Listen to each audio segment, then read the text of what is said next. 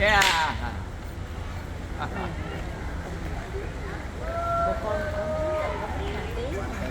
Quá trời. Nó biết theo đi hàng loạt.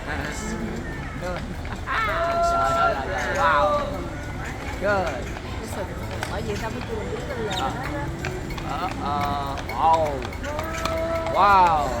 Rồi rồi Sao rồi. thấy cái sừng nó dài. Trời đôi là trời đâu. Quá trời. Có đi cả mấy thước. Wow. Giữa hai bên phải giữ đúng không? Có kèo quá chừng. Wow. Đứa loại nào loại đó không? Thật không ha. Con này thật không. Chứ không.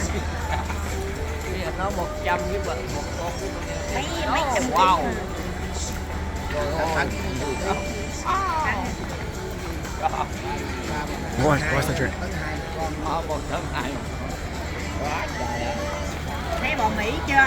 Wow. Ghê chưa? Ghê bò Mỹ chưa?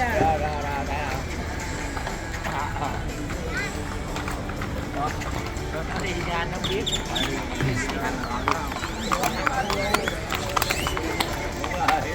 Nó có cho một nha nó kìa.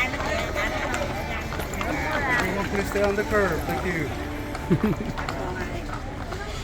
Nó còn có ngựa gì á, còn mấy ngựa